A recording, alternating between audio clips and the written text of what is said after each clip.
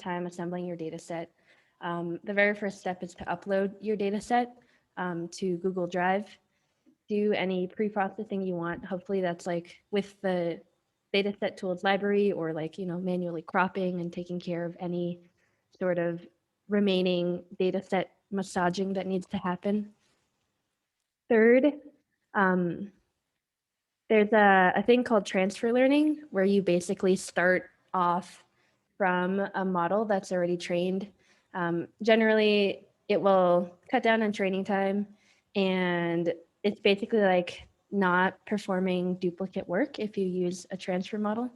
And when you pick a model to transfer learn off of, usually people use NVIDIA's FFHQ, the Flickr Faces model, to train off of.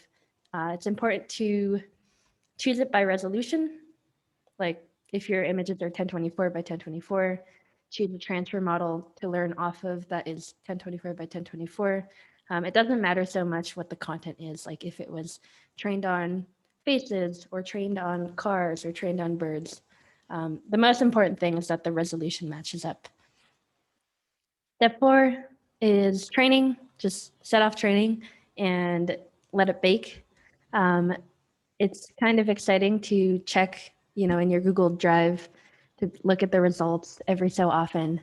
And then, yeah, once your model is fully trained, then we can talk about inference, but that'll be in a couple weeks. So yeah, just to summarize, in general or like more specifically for Colab, when you're training on Colab, you're going to have your data set, put it in a big zip file, and you're going to upload that to Google Drive. You're going to run the training command, which is, it'll be a cell in Colab, and then check on it, check on your results every once in a while. There'll be a results folder in Google Drive, which I'll show you, but you can like look at how your images are doing. So yeah, with that, I'll go over to the Colab notebook.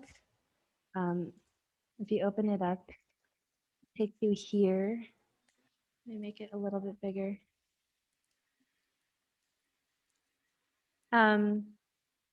Yeah, so this is the Stalgan 2 ADA PyTorch model.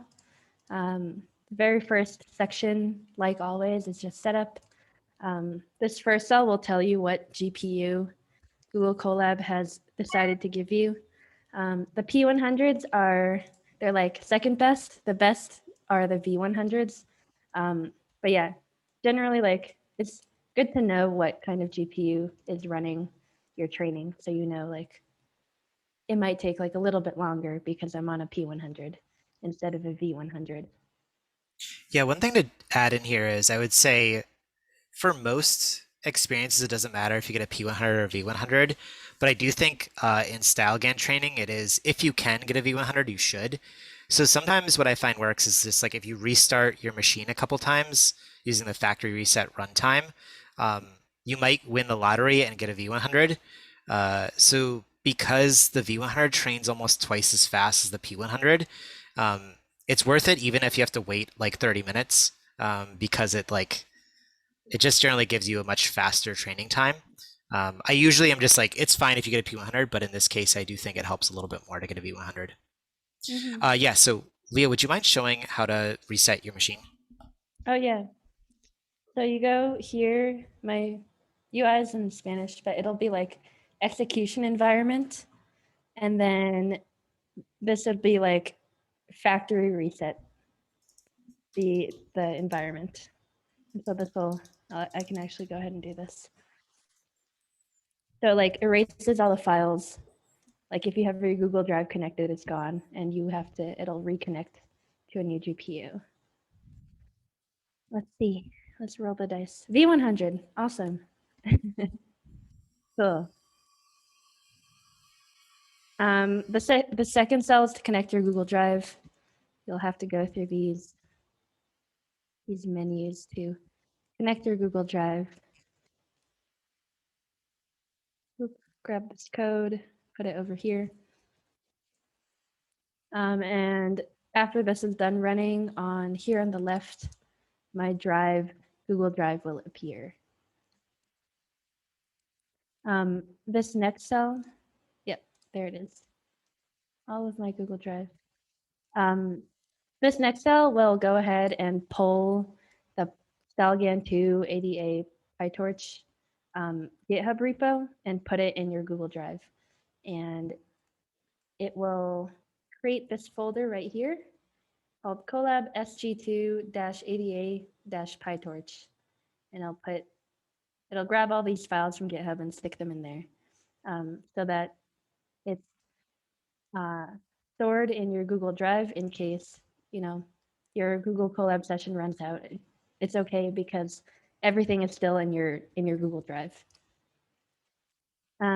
These next two cells you don't necessarily need to run, but what it will do is it'll go and pull the latest version of the repository from GitHub, which is just like in the case that that like Derek adds something or makes a change, you can run these two cells to like re-update these this folder here. Actually, I realized I left this in from a previous session. You could probably delete this cell. I'll delete the cell and update the notebook. The next cell does the updating. This one, the one above, does something like sometimes I want to load the model or the GitHub repo locally. So yeah, this is a mistake. I should have removed this. I see. Yeah. Okay. Yeah, down here is the git pull. So this will be the one. Yeah, and it'll probably say already up to date when I grab this.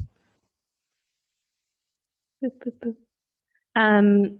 The next step after this, after getting your environment set up, yep, already up to date, is to upload your data set. So your data set, you should zip into a zip file.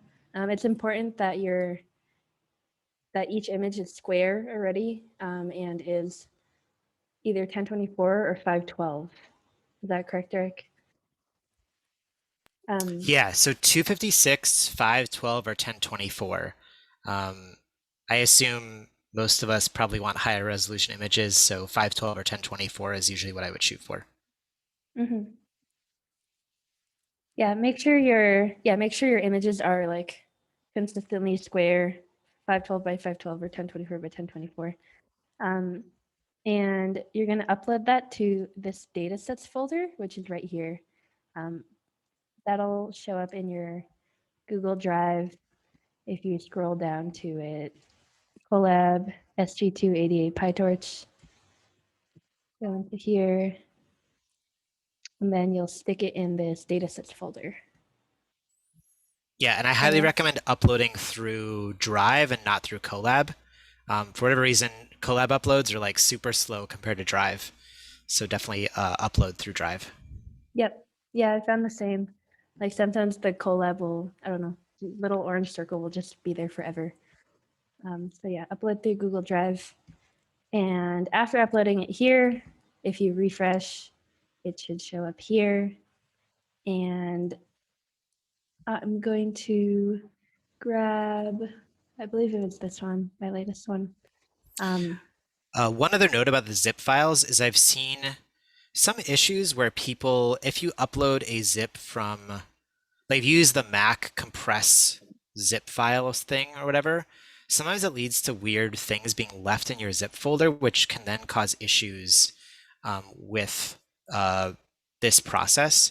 So I would generally recommend using the command line zip command, which I'll post into the chat if anyone's interested in it. If you do get an error message, like just let Lyra know. There's also ways to sort of fix it around that. Like there's ways to work with it. And Atri, I do think it has to be a .zip.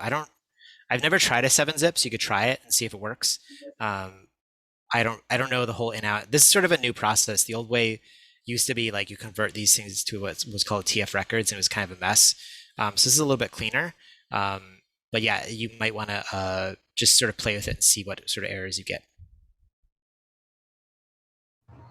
So wait, one second on that. So with ADA, you no longer, or the PyTorch version, you no longer have to create the TF records, or? Yeah, you no longer need to make those TF records folder files, which were huge anyway. It's like much nicer to skip that step. Yeah, and usually the TF record cell takes like, I don't know, like 10 or more minutes to run. So this is nice. Yeah, just a little detour about zipping. Like in order to prepare this data set, I just have this separate notebook that uses dataset tools. But essentially this is the command to zip, like zip-r, and then the name of your zip folder, and then the name of the folder you want to be zipped. And then this will be stored directly in Google Drive. And yeah, that's how I got it to be here. So yeah, data set is all zipped and ready. It's all square and 1024 and in this folder, this data sets folder. This here, this cell is the important cell where you'll change, you'll say, here's my data set. So I'll grab the path to my data set and stick it in here. Put it there. Yep. And resume from on your first time training, you don't need to change this. You can, yeah, basically this is the transfer learning I was talking about earlier. This will start from a model that's trained on a data set of art images, like paintings and stuff like that. You could also choose FFHQ 1024, which is the faces model that a lot of people use. For your first run, you can leave these og strength and train count at 0. Mirror X is if you want to augment your data set left to right mirroring. This might make sense if you're doing faces or flowers or something, but might not make sense if you're doing something like text, where if you mirror it, like it doesn't look like text anymore. So Maybe had a question in the chat about why would you choose WikiArt or FFHQ? Like, why would you choose one over another? The answer there is a little complicated, but what I would say is you should choose the FFHQ 1024 if all of your image structures are fairly similar. So if you think about faces, right? Faces always have a very similar like base structure, right? Again, if you think about those deep layers where like the earliest layers are underlying structures. So if all of your images have a very similar underlying structure, use the FFHQ 1024. If all of your images are like different or more complex in the underlying structure, I would recommend using the WikiArt model. This is part of the transfer learning process where basically like the transfer learning process picks up from a bunch of the previous known data. So if you choose the FHQ and your model is a little bit more complex, what I tend to find is it takes longer to train away some of the simple structures, to say the least. It almost looks like, and we'll cover this in just a minute, it almost looks like the model's overfitting, but it actually isn't. It just takes longer to train. So that's sort of that's how I would choose between those two. In reality, it probably adds, a day of training difference. So it's probably not that big of a deal if you choose the quote unquote wrong one. But yeah, I think that's how I would approach it. Mm-hmm. Yeah, the FFHQ are like photographs of faces, and then the WikiArt is like literally like paintings from the Baroque era or like different eras of art. Yeah, so with there are these other arguments which you probably don't need to edit on your first go. We'll talk about tweaking these values if necessary, if you run into some issues. But on your first go, you probably don't need to edit these.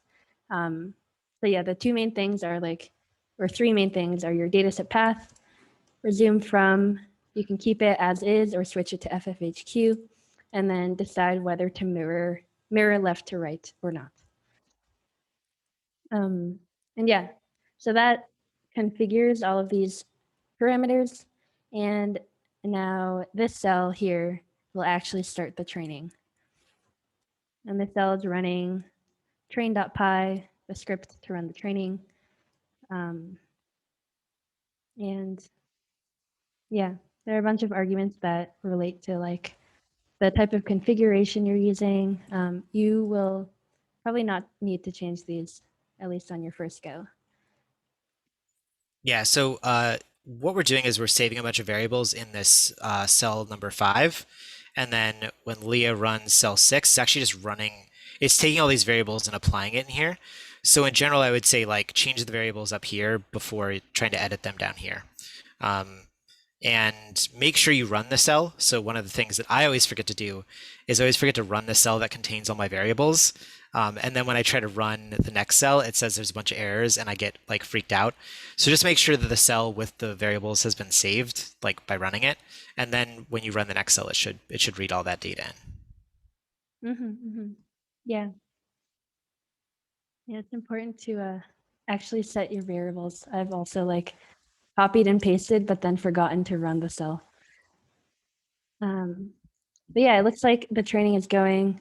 It'll spit out a bunch of information. It'll say like we're starting from the wiki art. It'll tell you how many images are in your data set, your resolution. Or actually, this is the number of images in my data set, 774. Now, this is a table which is, you don't really need to read it. It's the shape of like the generator and discriminator. And here at the bottom, this is how you know that it's going.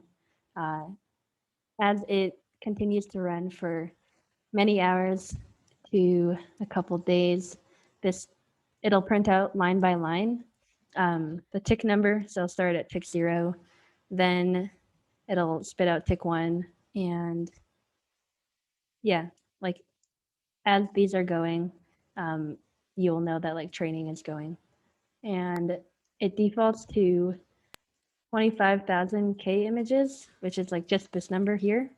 So it's starting at 0, and then it will gradually increment up to 25,000. But yeah, your Colab session might crap out before then, in which case,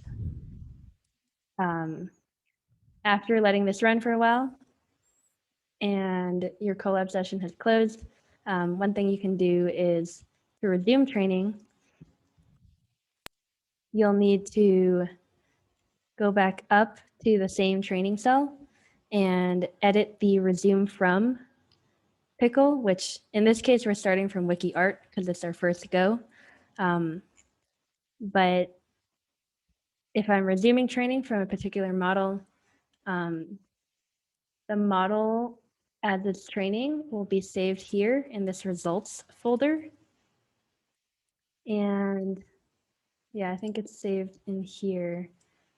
And there will be some pickle files saved here. So these files that end in .pkl will be your model. And so what you would do is you would grab the latest one, which will have the highest number here. This is all zeros because it just started. But you would go and grab that and stick that here in this resume from to say, I want to resume from this pickle file. The second thing that you'll need to adjust when you're resuming training is this og strength. That I'll describe it in a little bit. It's essentially like a variable that changes over the course of training. And so it's important to make sure like you're picking up from the same number that you left off with. The number here, you can find this number in two places. You can either find it here in this console output. So here, the augment value is 0 because we just started, but later on it will be a higher number. So you could find it from here, or you can also find it from this log file. If you download it, let me share my entire screen. This will be a literal just copy of the cell output. Like these are the same thing. But yeah, if you scroll to the bottom, it'll tell you what the augment number is, which is 0. Same as here. And so if I was resuming training, I would make sure that this number is set to like the same the same number that I found, either in the console output or in the log file.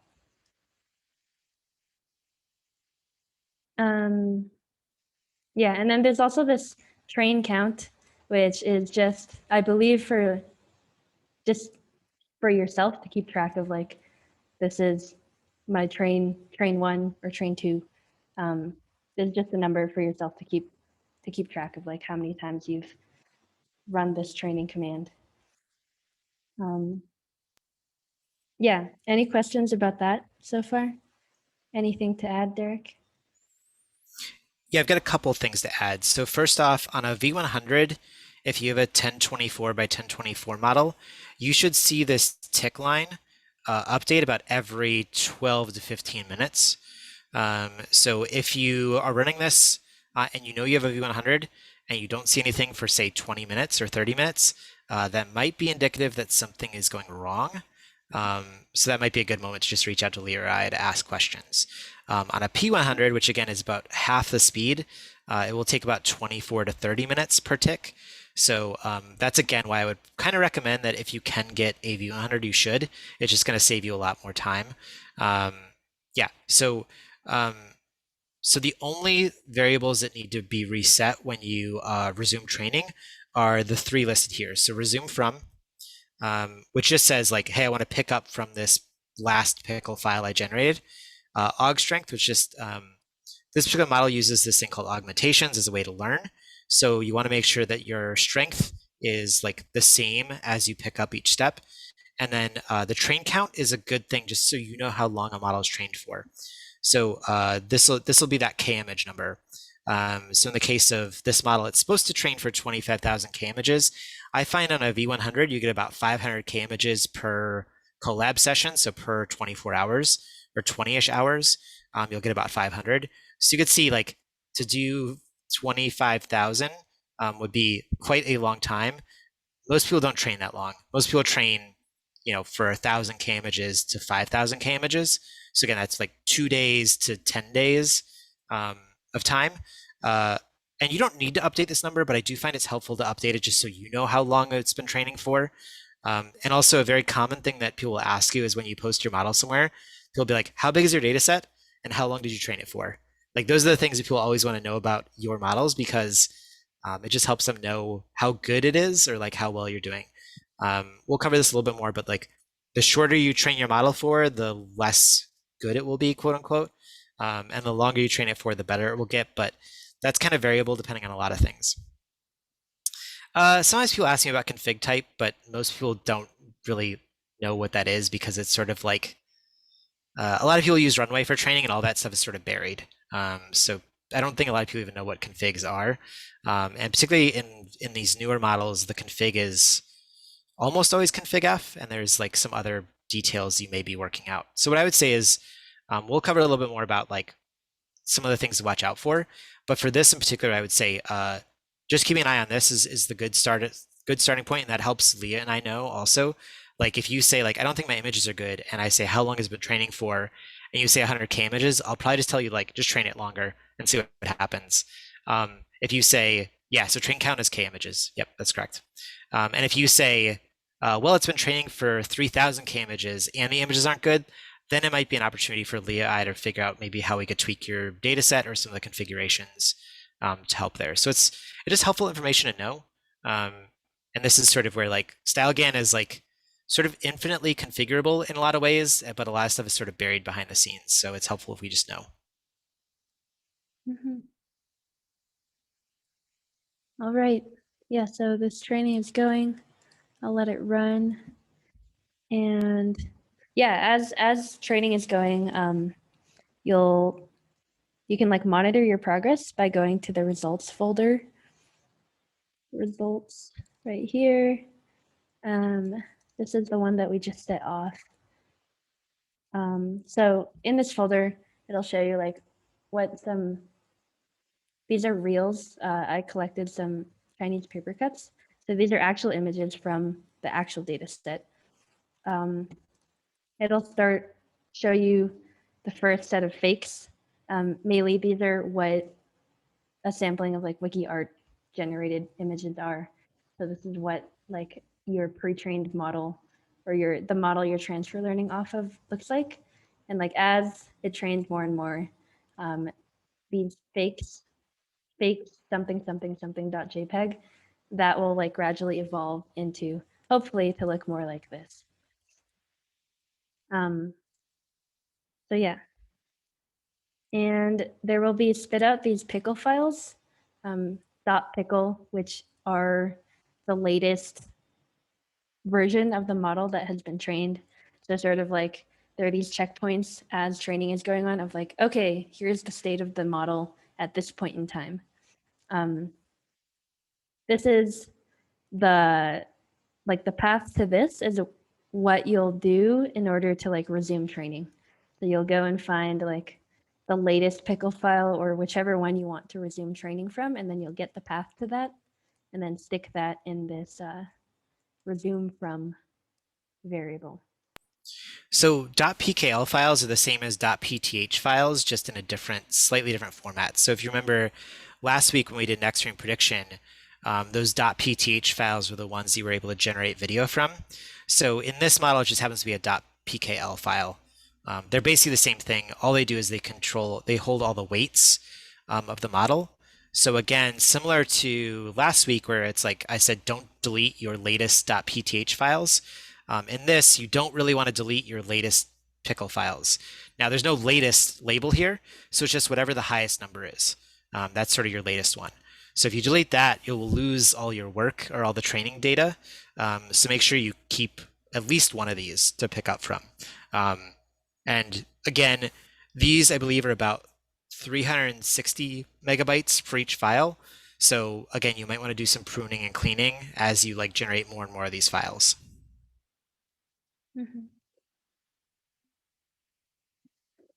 Yeah, in your results folder, you'll have like a lot of these pickle files. The number here just indicates like which which one is the latest. So the one that ends in 491 is higher than 483 and 474. So that will indicate to you which one is the latest one.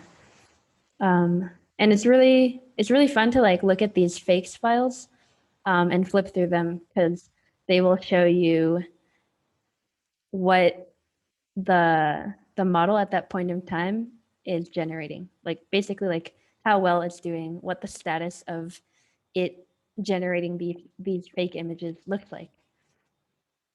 So it's good to like kind of flip through and see like for fakes 487, what do those generated images look like? Because those will correspond to the pickle file for network snapshot something 487. And you can use that to judge the quality or like which pickle files that you like and which ones you don't. This you don't really need to pay that much attention to. You'll probably not have these files. These are metrics files. By default, metrics are turned off. These are just, there's a thing called like an FID score, which people like data scientists and ML researchers use to like track how good the training is going. But generally for our use cases, like for making art, I would trust your own eye more than like this number that is usually determined. It's usually like meant to determine like how photorealistic an image is. Yeah, essentially like, yeah, you don't need to pay much attention to metrics. Trust your own eye mainly by looking at these fakes.jpg. Okay. So yeah, things to watch out for. If you've trained for, I don't know, like a day or two, and things that you may run into during the course of training. The very first thing is overfitting. This might be if you're looking at your fakes files and seeing like a very particular pattern where they look a lot like images that you put in your training data set. So this happens when your model essentially memorizes your data set. So a couple ways to recognize this are, let me, if you create like, if you create one of these latent walks, like here you can see on the left, let me see if I can turn the quality up. We'll be talking about this a little bit more in coming weeks, but this is essentially interpolating between images that have been generated, like the fake images. And here it's pretty choppy, which means that like it's, you know, going from one image to another image, and it's not very smooth in the in-between space.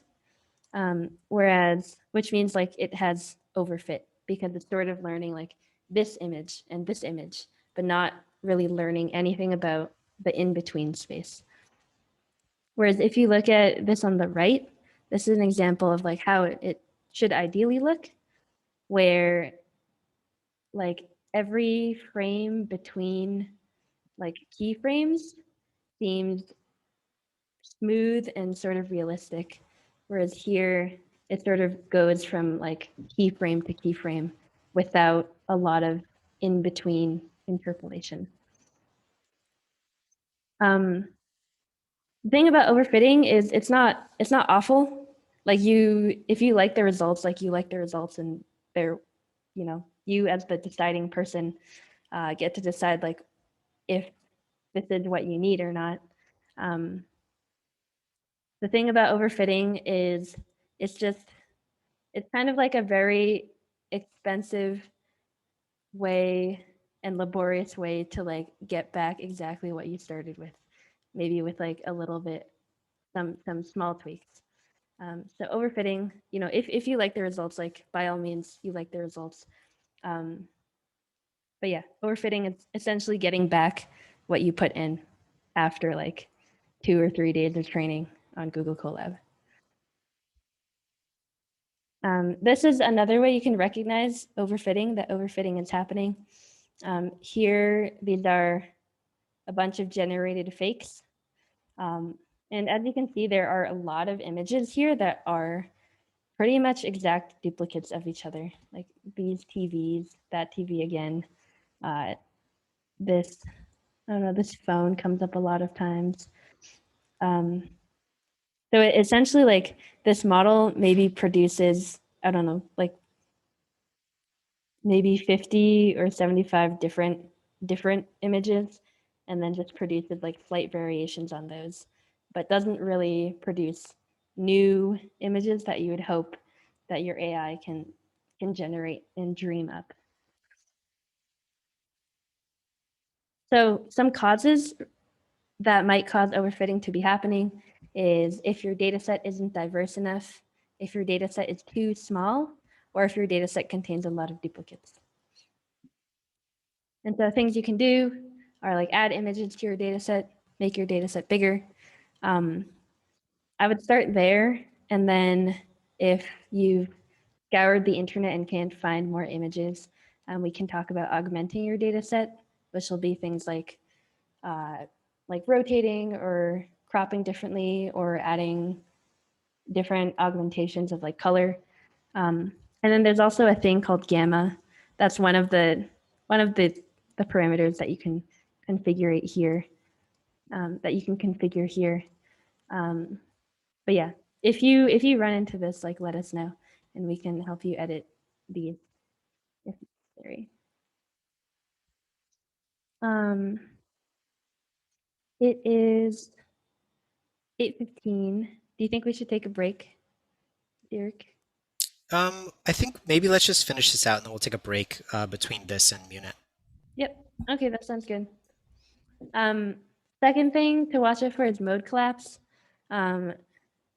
This, in terms of like what is actually going on during mode collapse, this is like if you have a data set of cats and dogs, but then your model only learns to generate dogs. Like basically it memorizes certain parts of your data set and doesn't cover all of it. So this is like when the generator finds a couple of solutions that fool the discriminator, and it just sort of over indexes on these particular solutions. So what this might look like when you are looking at your fakes is, let's say you're training and you get this image of fakes.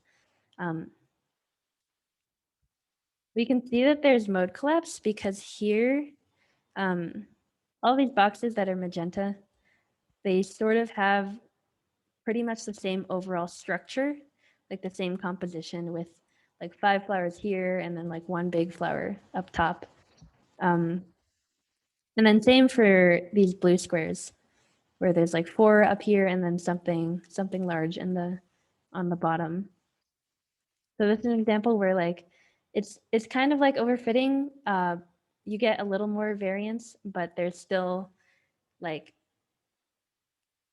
a particular structure that's duplicated. This particular model happens to be a case of where I took a model, or I took a data set that had a really complex structure and used FFHQ, and you got these like it has this sort of similar underlying structure. I ended up training this for like an additional week, and I finally got rid of it. But this is a case of where I probably should have trained this, or I should have transferred this off WikiArt. So this is a good example of where, like, depending on your data set, you might choose WikiArt over FFHQ. I would say probably by default, I would say if you don't know, use WikiArt, just because it'll probably be you'll get better results sooner.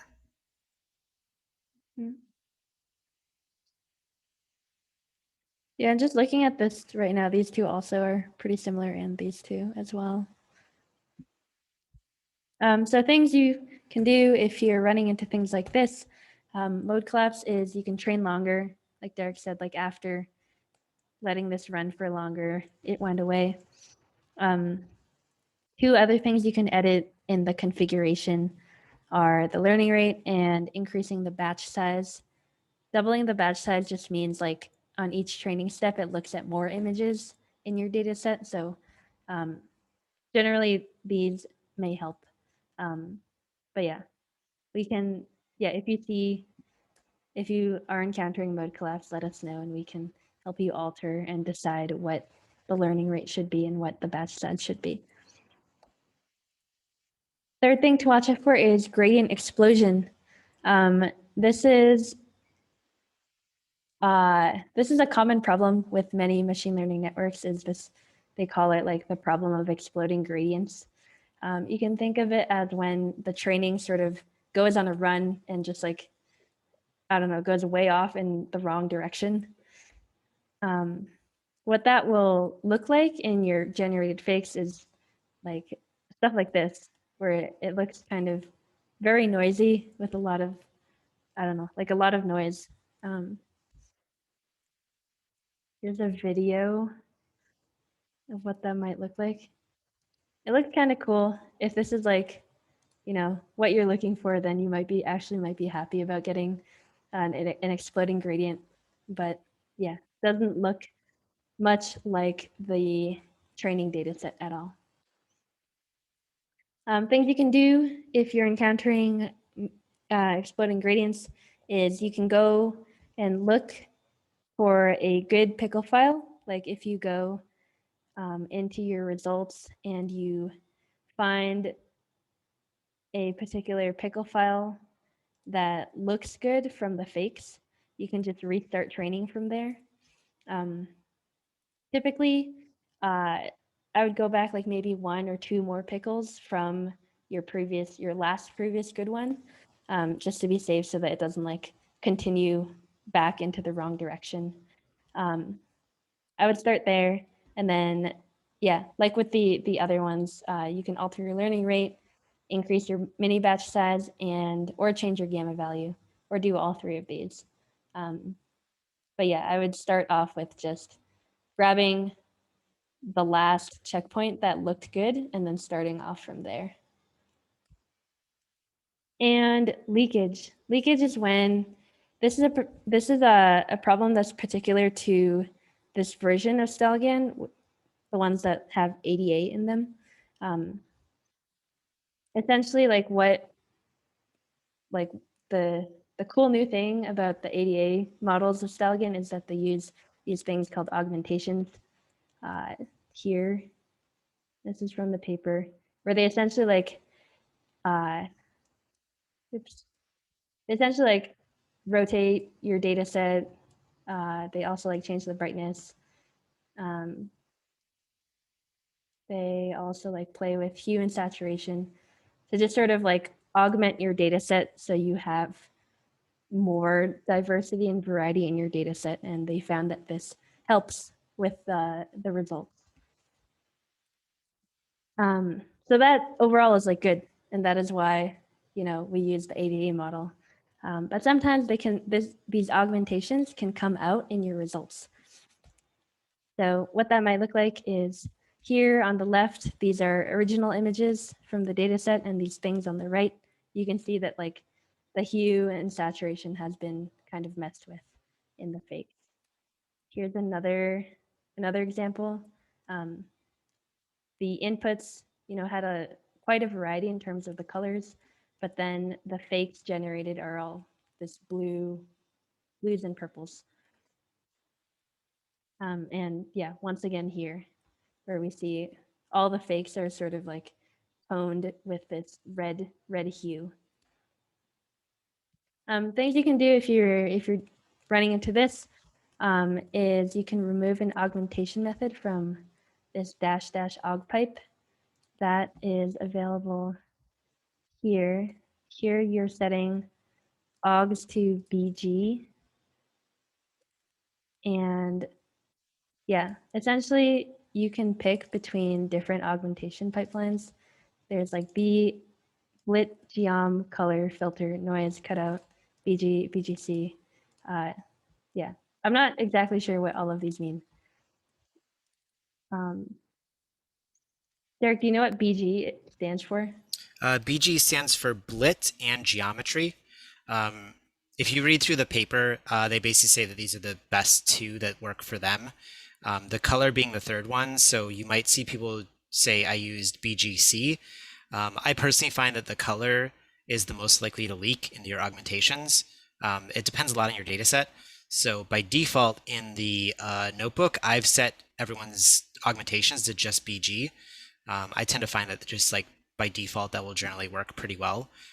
But we might need to tweak it just based on some other things. But yeah, I would say if you leave it to BG, 9 times out of 10, that'll work fine for you. Mm-hmm. Okay. Cool. Yeah, it looks like that's the end of things to watch out for. Cool. So why don't we take a 6-minute break? So we'll come back at 30 after, and then we'll jump in a minute. So I'll see everyone in a couple minutes.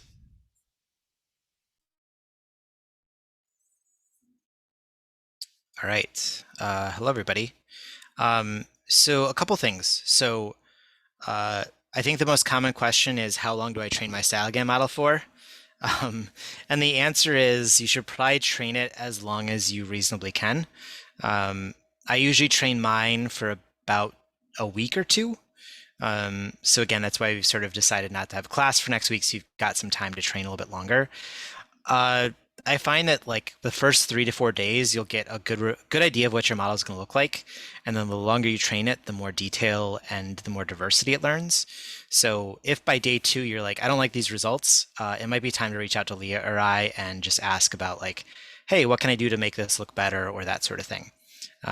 So yeah, give it a couple days and then reach out to us if you don't like your results. Second, so I know when this class started, I said we look at how to do training in Runway. I've sort of cut that out of the scope of this course just because it's a pretty similar process to Colab, and we didn't have another 30 minutes to go through that process. If you're interested in training on Runway, let me know. I have a recording I can just send you, and you can follow the steps. I personally find that it is expensive, and I personally don't like the results as much. So whereas Colab Pro is like $10 a month, a single training in Runway will probably cost you about $30 to $50 and not be as good. So it's sort of up to you. If you want to play with it and just like use a GUI instead of using Colab, you're totally up to it. And I'll send you the link to it. But that's sort of why I skipped it for this material. And then lastly, I'm going to only cover Munit for this demo of the CycleGAN types of models. If you are interested in CycleGAN, it's slight tweaks, and I can just send you the information on how to do that So yeah, if you want particularly like CycleGAN models, let me know. Okay, so whoops, gotta go back a little bit. So let's talk a little bit about how CycleGANs work. So obviously it's got the name GAN in it. So if you remember all the way back to, I believe, week 1 or week 2, these use this learning process of a generator and discriminator, and they sort of play off each other until they get smarter and smarter. So this is another generator discriminator model. The fun thing about CycleGANs is that they actually have, so the way I would think about CycleGAN is if you've ever played this game of like Google Translate ping pong, where like you put a phrase into Google Translate, translate it to one language, then translate it back, and you find that there's like slight differences in things, like particularly usually around gender, which is a weird bias of Google Translate. But you can do this game over and over again and slowly change the words over time. That's sort of how CycleGAN works, in that it basically has this like translation model inside of it. And actually, CycleGANs are built of two total GAN models. So there's 2 generators and 2 discriminators. And what they do is, so I think I showed this previously, which is ramen to faces. And you actually sort of see how it learns, right? So it goes from ramen to face back to ramen.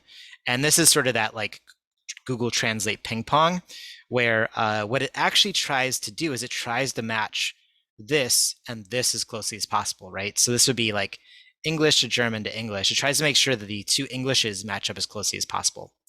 So this is the 2 GAN models. So you've got one GAN going from here to here and then another GAN going from here to here. And then it sort of like tracks the training across these 2. And if you watch that video on like updating learning, this is where it calculates the loss between these 2 and then backprops all of the updates through here. So that's the key thing to remember with these sort of CycleGAN models, is that they're actually doing like a translation job, whereas StyleGAN is trying to look at one data set and like sort of sort and match all of those. So there are many, many different types of CycleGANs. CycleGAN is just sort of like what I've decided is a category, because it's like, it was the first big one and it's just what everyone sort of names these as. But there's 2 different types of CycleGAN models. One is called deterministic, which means no matter what image input you give it, you get the same image output. So those are like CycleGAN, or the newer model called CUT. And the other ones are what's called multimodal, which means you feed it an image during testing, and it can get out many different types of images, or it can get out many variations on that image. So that's why I like Munit, because you get that multiple outputs, which means you can sort of play with the output you get. It's kind of like a little bit more bang for your buck, a little bit more value out of it. But it is different then. So I know Helena Sarin, who is a CycleGAN artist, usually mostly using CycleGAN, much prefers CycleGAN to Munit because she just likes the output more. So you might want to play with these and just sort of see which ones you prefer. So here's an example of deterministic. So deterministic is every time you input this image, you get out the exact same image. Whereas with multimodal, like you can input the same image, and then there's that style vector, right? We looked at that faces to flowers. There's that style vector that you can sort of change to get slightly different outputs. Okay, so training for this is actually fairly similar. All the processes for training are fairly similar. You upload your data set. This one has a slightly different data set structure, so we'll cover that in just a minute. There is a config file that you have to edit. So whereas with StyleGAN, you're editing all those configurations when you pass in the command. This one, you edit them in a file, and then you like pass that file through the command process. We'll look at that in a minute. It is a little different, and that like means it can be a little confusing if you're used to one way of working. Then you run your training command, and then just similar to with the other thing, you let it run for a couple days. You check on it every now and then and sort of see how it's going. So the structure for this model, or the data set for this model, is you're going to create a master folder that will be like, faces to flowers. Like that's what you'll name the data set. And then inside of that data set, you're going to have 4 folders. You're going to have a test A, test B, train A, and train B. So you might have noticed this with next screen prediction, is you have a test folder and a train folder. In this case, you've got 2 test folders and 2 train folders. And I generally duplicate these, so whatever's in test A is also in train A. That's like not a sciencey way of working, but it's fine for our method. So usually what I'll do is I'll make test A and test B, and then I'll just duplicate them and rename them train A and train B. And inside of your A folder, so if this is horse to zebra, all of your horses go in the A folder and all of your zebras go in the B folder. So again, remember that you've got two different data sets of these. These don't have to be the same size. So unlike StyleGAN, where they have to be the exact same crop at 1024 by 1024, these can be a little bit varying. I wouldn't make them too very, like I wouldn't upload like 256 by 256 and a 1024 by 1024. I try to keep them around the same size, but they can be a little bit more flexible. You can have rectangles, you can have landscape, portrait sizes, whatever. But you'll upload these into your dataset folder. Again, I would do that through Drive because they upload faster, and you don't, no zips, so just like raw images into these. So let's take a look at the notebook, and then I'll walk you through sort of like some of the process here. So once you've opened the notebook, it's be linked to from here. So, whoops, that is not the right link. Oh, this is the wrong link. Okay, that's probably on me. Let me figure out why that is.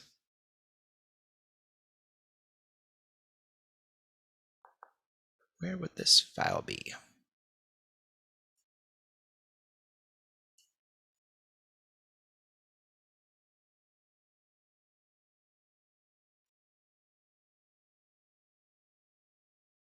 Let's see if this one is the right one. Here, I'll post this in the chat.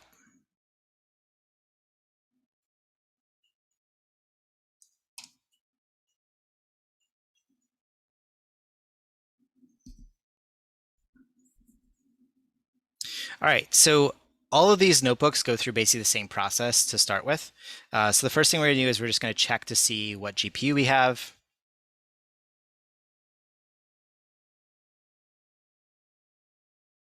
So I got a P100. Again, I would say for training, anytime you're training, it's usually like much more important to get a good GPU than it is to get, like, so when we do inference, which we'll cover starting more in 2 weeks, it's less important because, you know, if you're going to spend 20 minutes outputting a file, like generating a video, spending 30 minutes versus 20 minutes isn't a big deal. But training wise, it's a lot bigger of a deal if it's like takes you 20 hours versus 40 hours. So I'm going to leave this as a P100 for now, just because it doesn't matter for this demo. But I would definitely say, like, try to get a V100 for your training whenever you do it. Again, the way to do it is to go to runtime and then factory reset runtime. You'll hit yes, and then you'll just like sit here and run this again. I have a lot of like, I don't know, witchcraft, or like I have thoughts about how you can like force it to get a V100, and I think it's probably all bullshit, but you can just sit here and play with this certain times a day, like certain types of files. I don't know. Just play with it for a little bit. And again, even if it means like sitting on this for 15 minutes and just waiting and coming back, it probably saves you more time in the long run. So just keep that in mind. But honestly, sometimes there's just it just feels like you can't get a V100 and you'll just be stuck with a P100. It's fine. It just takes a little bit longer. Okay, so once we've done that, we're going to mount our Google Drive.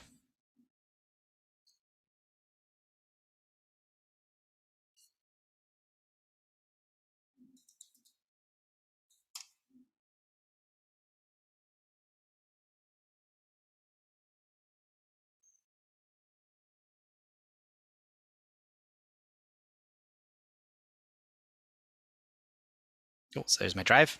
Then we will go ahead and install. For the first time, if you haven't installed this already, you'll install some code into your drive. I've already got installed, so it'll go ahead and show up in there.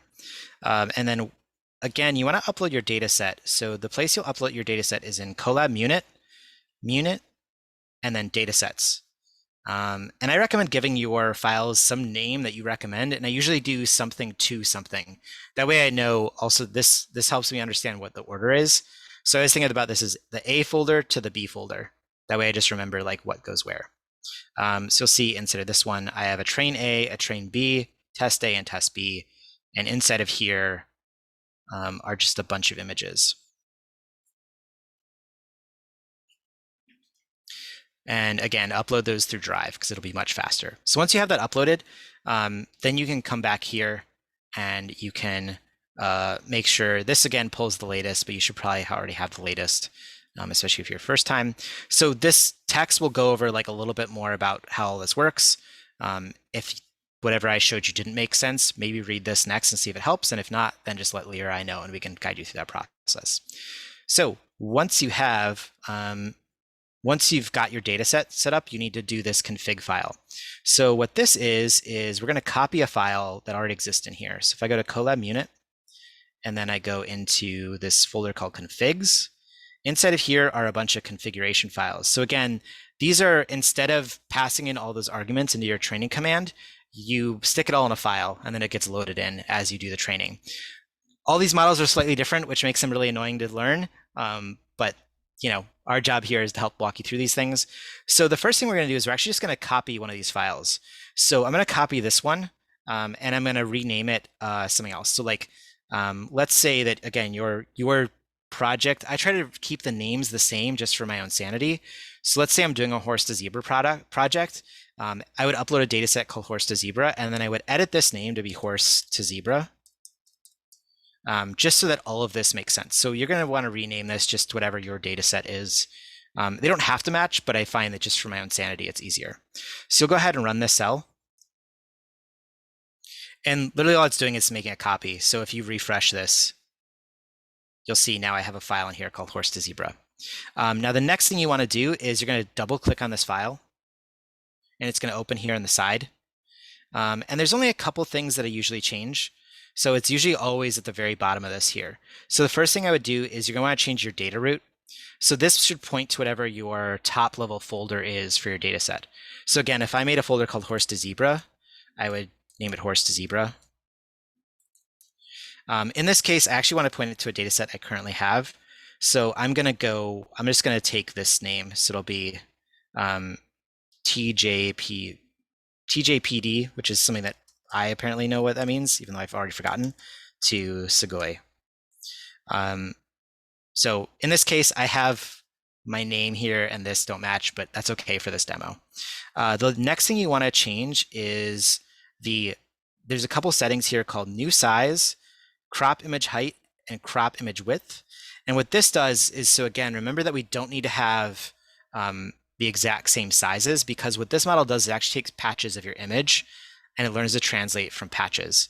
So that's what these patches are here for. So the first thing this does is it'll resize all of your images to whatever you have here. So I generally make these a little bit larger. I generally make them 512, and then I'll do a crop image height to 512 and a crop image width to 512. The downside of this is that it's going to make your training take a little bit longer. So if you were to make these 256, the training would go a little bit faster. The way to think about this is that if you have a bunch of images and you're taking little patches of them, it's trying to translate between patches now instead of translating between whole images. So what I've done here is by making the whole size a little bit larger. Actually, what I usually do is I usually do 1024 for this, and then I do 512 patches. So by taking the whole image and then cropping in on it, it's translating between these patches. And I want a bigger patch, basically, because it will give me maybe better resolution. I don't know. A lot of this is a little like woo-woo. You have to sort of like play with it and figure out what works for your data set. But I'd probably say starting with these numbers is probably good. This assumes you have 1024 images. If you have smaller images, like let's say you only have like 768 images, I wouldn't upres your images, right? Because that's just going to like add blurriness. So make sure whatever this new size is probably like the minimum size of your data set. Once this is saved, you'll see it like auto saves, like there was a little asterisk and then it disappeared. You can sort of remove that. And once this file's saved, actually, it pretty much auto saves all the time. You can just go ahead and click the X to close this out. And then the last thing you need to do here is you're just going to run the training command. So the training command just is Python train, and then you need to pass it the path to the config file. So in this case, my config file is horse to zebra. And then you can just run this command. So again, all you need to do is pass in the config, whereas in StyleGAN, you had to pass in a whole bunch of other training commands. All of the commands are now saved in this YAML file. So run this.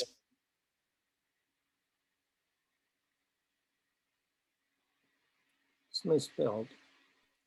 Oh, yeah, it's misspelled. Thank you. Horsey to zebra. Nope, just horse. So you see, you will get an error message if you name things or you spell things incorrectly.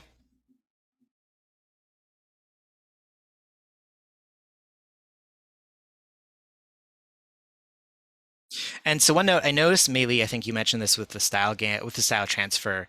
You get a lot of these warnings These warnings are usually because we're using slightly older models and all the repos have been updated and like there's new versions of things. So usually these warning messages will be like, hey, you're using a slightly out of date like function call or something.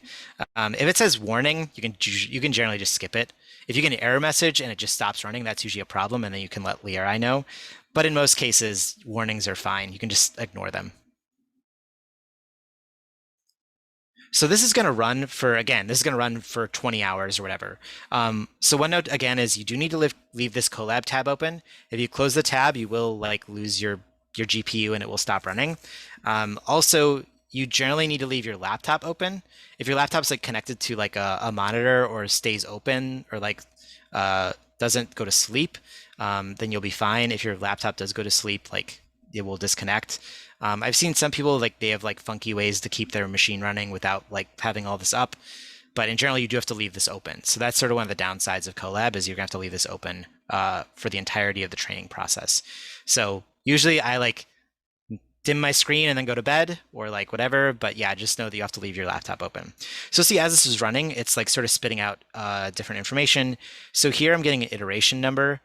This is kind of this version's model, this model's version of K-images. So this is going to train for, I don't know, I think this is epochs actually. So this is 100, I don't know, this is 1 million, I guess, 1 million. Yeah, 1 million iterations. So that's the default. I don't think most people trained that long, but I just sort of set it as the window to just go for it. So it'll train for a while. And again, a V100 will be faster. You'll usually see the elapsed time is about half of the time. So yeah, this is basically the process. You just let this run for a while. While this runs, I can just show you what like a previous example of this looks like. So while this runs, there will be a folder that is called, so go back to the main unit folder here. You will see there is a folder, I believe, called, let's see what this folder is called. I believe it's called outputs. So if you double click on outputs, and then your folder name will be here. So you'll click on your folder. And then, so there's two things here. You've got checkpoints, which again, these will contain your model files. So just like anything else, you don't want to delete your latest, your highest counted .pt file. So this one, again, doesn't have a latest. It just has a high count. So make sure that if you like sort by modified, you can like find the latest version. Don't delete both the gen and the discriminator. Because again, if you delete those, then you can't resume your training. But you can delete anything else here. And similarly, like again, you don't need the discriminator for previous files because we don't use the discriminator to generate images from. You'll mostly want to keep the generator. So again, these files are a little bit smaller, so you can kind of do whatever cleanup you want here. I tend to just leave them until I'm finished with the project, and I'll like archive them or delete a bunch of stuff. So that's the first thing, is the checkpoints go in there. Your next thing is in images.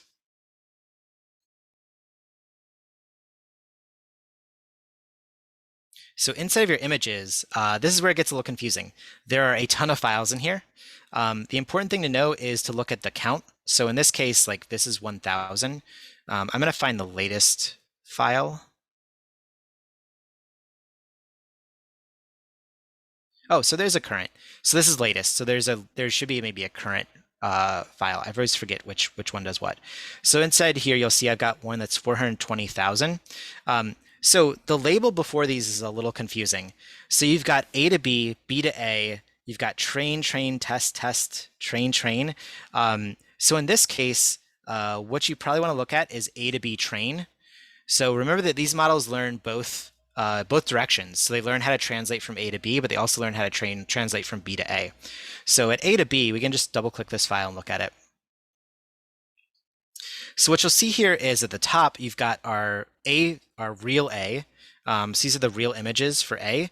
And then below here is what they output to. So this is A to B. And the reason there's two different stacks here is, again, because they've got those style variants. So you can sort of see A could produce both either this image or this image from this input. And similarly, it can produce either this image or this image. We'll look at a lot more generating and like sort of image generation stuff next week, or sorry, in 2 weeks. But as you train, just keep an eye on this. there's definitely concepts of like overfitting and other things that can happen in these models, but in general, I would just say like, do you like the outputs? Your earliest versions will look pretty gross. If I switch this to look at the earliest versions, your early versions will more or less just like colorations.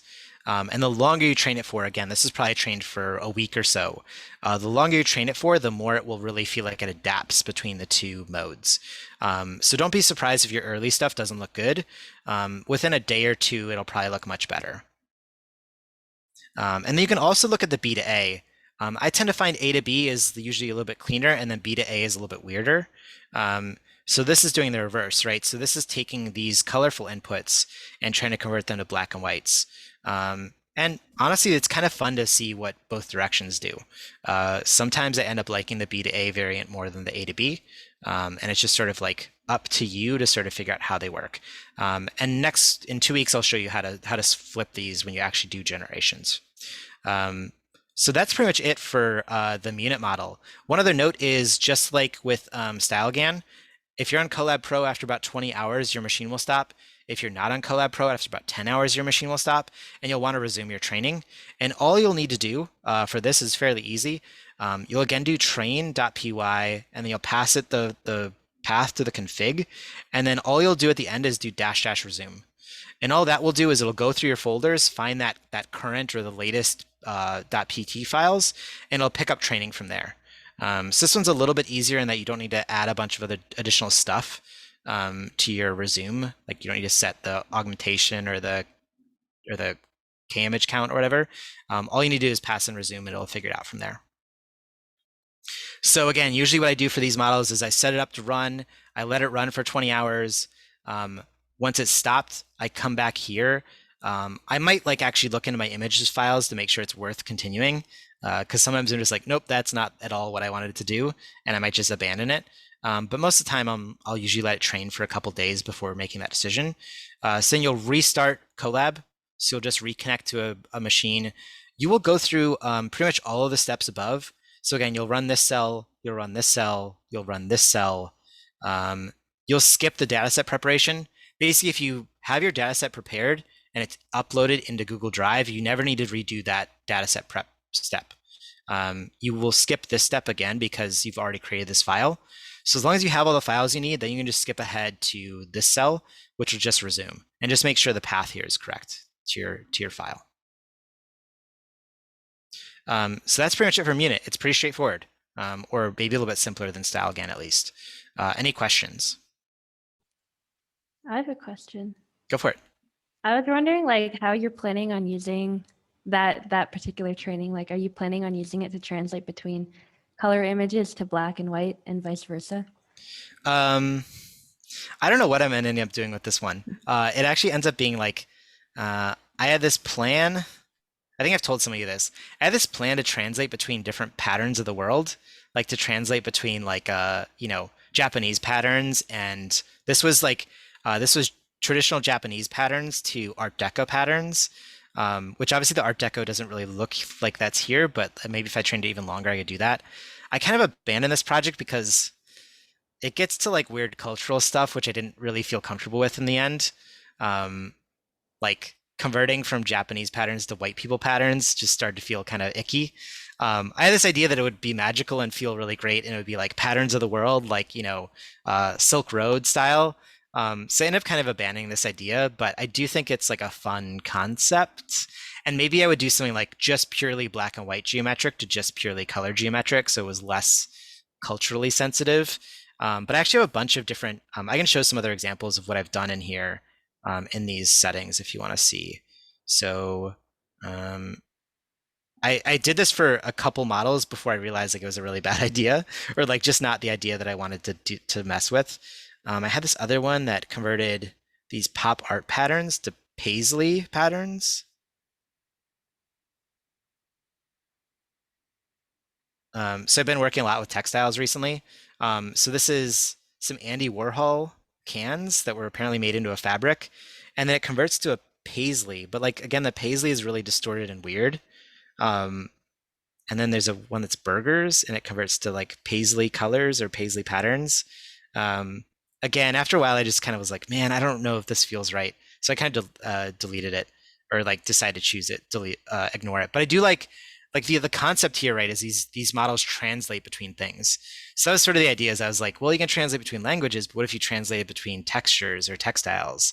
And I think that also gets into the territory of like, just like Google Translate has gendered problems about how you like add gender into a language that has no concept of gender. There's also kind of some things of like, well, if you're translating stuff that is like a traditionally like, I don't know, South American pattern into a traditionally like Western pattern, you're kind of erasing some culture or like some cultural context from things. And I thought it would be cool to try it, and then I was just like, man, this gets like so complicated and like starts to feel like it's a weird place that I'm not comfortable or like well versed enough to discuss. So I sort of dropped it. But I might come back to it once I know more about like each cultural pattern, and maybe then I can be like, well, these are traditionally patterns for weddings to other traditionally patterns for weddings. Maybe there's like, if you can keep the context closer, it's better. Hi, Kitty. Is that something that the model can do outside of, I guess, the data set? Like, is it almost like latent space where you would have these patterns and you just like push the model towards that vector and translate? Yeah, so that style vector, we'll look at this again a little bit more in 2 weeks, but there is a style vector that uses a similar vector idea like StyleGAN latent spaces. Speaking of cats, I have one clawing me right now. So she'll join the family. So yeah, there are ways to do animations, and this is one of the cool things about Munit is you can animate that style vector, so you can get some really cool like sort of effects. So we'll look at that in 2 weeks for folks who are interested. But yeah, that's another one of the nice things about Munit is you can do some animation that you can't do with CycleGAN. Another thing that people might commonly do is they might use an input of a video and split the video into different frames, and then you can pass the video frames through this model and get sort of animation. It's a little flickery, but it does work. So there's lots of cool things you can do with something like this to play with it and sort of manipulate it. And that's why I like Munit a little bit more over CycleGAN, is I feel like there's a little bit more sort of mathematic possibilities to play with it. I have a question about the two test folders, and I wondered what the significance of those two folders are to the training process and whether you really need as many images in them. So the two test folders are, yeah, you don't need, so basically the train folders are what's important. The test folder is when we run inference. So in 2 weeks, we'll look at running inference. The inference comes from the test images. So you don't need as many images in your test folder, but it's at some point you'll probably want to do testing on all of your images. So in that case, it might be good just to have all the images in there. Mhm. Okay, so David had a question of would you use 2 videos for each A and B or just one? So it's important to remember that your inputs of cats everywhere, I think, of your inputs of images, it's always the same out. Now there is some cool tools inside of Munit that allow you to do what's called guidance, which means you can feed it an A, and then it will try to find the style of an input image of B to sort of guide things. We can look a little bit of that next week, but I would say in general, it's usually an input of a single video of A.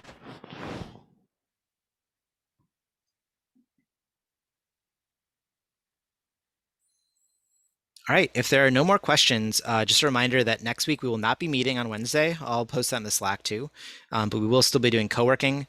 So I'd say, get started, try to train as soon as possible because it will take a little bit of time. And also, if you run into issues, it's more likely that Leah and I can help you fix those earlier rather than later.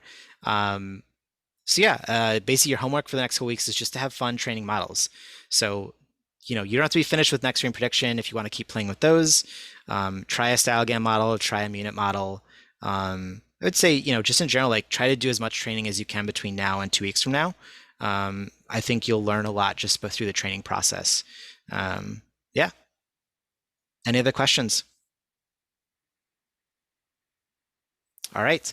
Well, hopefully we'll see everybody. Okay, bye. Hopefully we'll see everybody in a co-working session in the next couple weeks. And if not, we'll see everyone in 2 weeks. And sorry, the upcoming sessions are Friday. There's so I might have to change the one tomorrow or on Friday, just because I'm going to be traveling. So I'll let people know in the Slack if I'm going to change those.